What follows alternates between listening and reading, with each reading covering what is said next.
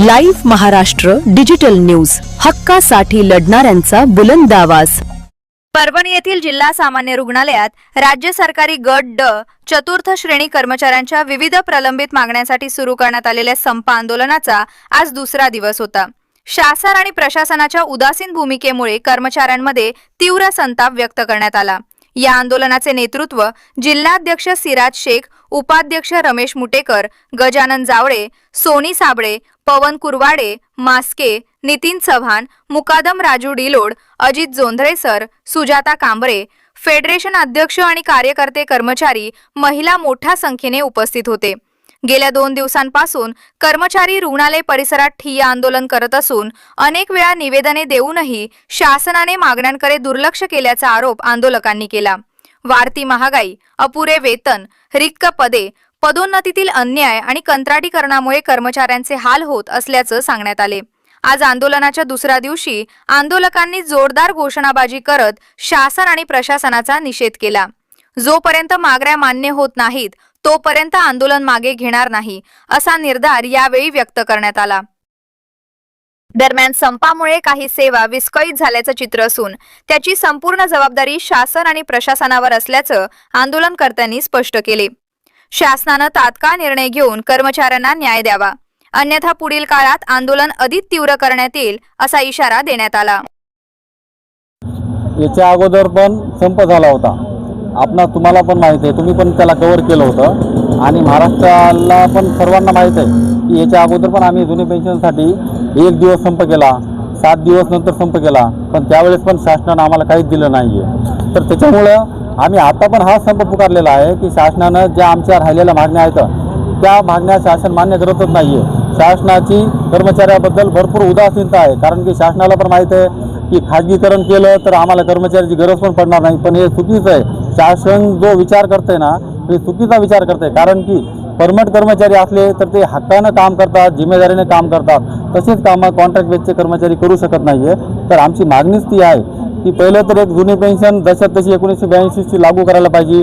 त्याच्यानंतर जे आता कॉन्ट्रॅक्ट बेसवर जे आता खूप कर्मचारी भरलेत आणि जागा पण रिक्त भरपूर आहेत, मग त्या लोकांना NHM मधल्या पण जागा रिक्त होणार आहेत। तर NHMचे लोक परमनंट झाल्यावर त्या जागा रिक्त होणाऱ्या त्याच्यामध्ये जर कॉन्ट्रॅक्ट बेसच्या रोजंदारीवर कर्मचाऱ्याला जर ॲड केलं तर त्यांचं पण कारण की त्यांनी पण आयुष्य त्यांचं म्हणजे बर्बाद झालेलं आहे ना, त्यांनी पण आता कमी पगारामध्ये काम केलं, मग त्यांना पण नियमित व्हावं, त्यांचं पण हे अधिकार आहे असं आम्हाला वाटतंय। आणि त्यांच्यानंतर म्हणजे कॉन्ट्रॅक्ट बेसचे पदं परमनंटने भरायचे आणि त्या परमनंट कॉन्ट्रॅक्ट बेसच्या लोकांना परमनंट करायचं, हे त्यांच्यासाठी आणि सर्वांसाठी चांगलं पण राहील, कारण त्यांना पण थोडाफार अनुभव आहे। आणि आमची दुसरी मागणी अशी की 1981चा जो शासन निर्णय शासनाने बंद केला होता, आमचं त्याच्यामध्ये असं होतं की कर्मचारी जर अनफिट झाला तर त्याच्यानंतर आमच्यानंतर त्याचं आमचं पाल्याला लागत होतं, तर तो पण एक शासनाने बंद केलेला आहे। तर तो पण एक निर्णय शासनानं 1981चा शासन निर्णय चालू करावा आणि जे पोलीस कर्मचाऱ्यांना जी कॅशलेस सुविधा देण्यात येते ती कॅशलेस सुविधा आमच्या कर्मचाऱ्यांना देण्यात येत नाही, ती पण महाराष्ट्रातील सर्व वर्ग 4 कर्मचाऱ्यांना लागू करावी, अशी एक आमची मागणी आहे। आणि सर्वात मोठा विषय एक म्हणजे बेसिक वाढ हा वर्ग 4 कर्मचाऱ्यांचा नवीन असो का जुने असो एक खूप मोठा विषय आहे।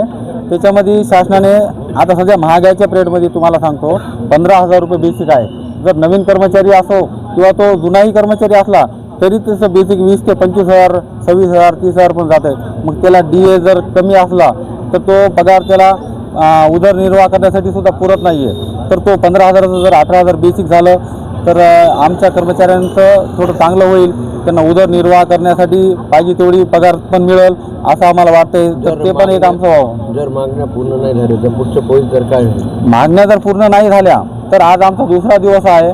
तर तुम्ही असंच बघाल की रोजच्या रोज आम्ही आमचे अजून कर्मचारी काही संपात जे नसतील ते पण इथून पुढे सहभागी होतील आणि आहे ते पण आम्ही पूर्ण थोडं जे काम चालू आहे ते पण आम्ही पूर्ण बंद करू।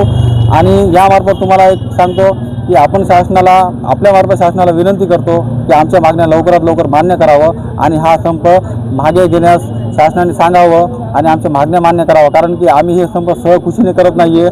आम्हाला पण कोणाला वेटीस धरणं, शासनाला वेटीस धरणं आम्हाला पण योग्य वाटत नाही आहे, पण आमचं उदरनिर्वाह करण्याचं, आमचं भविष्याचा प्रश्न खूप खूप म्हणजे हे झालेलं आहे, अवघड झालेलं आहे. त्याच्यामुळे आम्हाला हे संप करावा लागत आहे. तरी आपल्यामार्फत मी शासनाला विनंती करतो की शासनाने आमच्या मागण्या लवकरात लवकर मान्य करावं आणि संप मागे घ्या. आम्ही मागे घेण्यास तयार आहोत.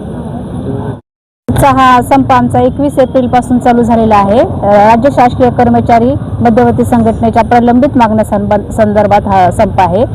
आणि यापूर्वी आपण 7 वेळा लक्षवेधी आंदोलनाद्वारे मुख्यमंत्र्यांच्या भेटीसाठी प्रयत्न केले आपण, परंतु मुख्यमंत्री साहेबांना आपल्या संघटनेसाठी 15 महिन्यापासून वेळच मिळत नाही. तर त्यामुळे आम्ही हा कर्मचाऱ्यांचा संप चालू केलेला आहे. विधानसभेच्या पटलावर मान्य झालेल्या प्रलंबित मागण्या पटलावर ज्या मान्य झालेल्या असतात तर त्या अंमलबजावणीमध्ये आणाव्या लागतात. त्याचाही आपल्या शासनाला विसर पडलेला आहे. त्यामुळे हा संप पुकारण्यात आलेला आहे. तसेच ज्या शासकीय कर्मचारी, शिक्षकेतर कर्मचारी आणि इतर कर्मचारी राज्य सरकारचे आमच्या अशा एकूण 21 मागण्या आहेत. त्या मागण्यापैकी एखादी 2 मागणी पूर्ण झाली असेल, बाकीच्या सगळ्या ज्या मागण्या आहेत त्या पूर्णपणे भिजत घोळ घातल्यासारख्या आहेत. त्यामुळे पूर्ण राज्य सरकारी कर्मचारी हे संतप्त आहेत आणि 21 तारखेपासून आम्ही हा बेमुदत संप पुकारलेला आहे.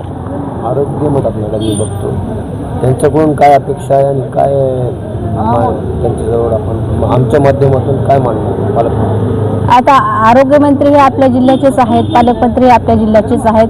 तर आम्हाला त्यांच्याकडून हीच अपेक्षा आहे की आमच्या ज्या मागण्या आहेत आमच्या आरोग्य मंत्र्यांच्या मार्फत पूर्ण व्हाव्या.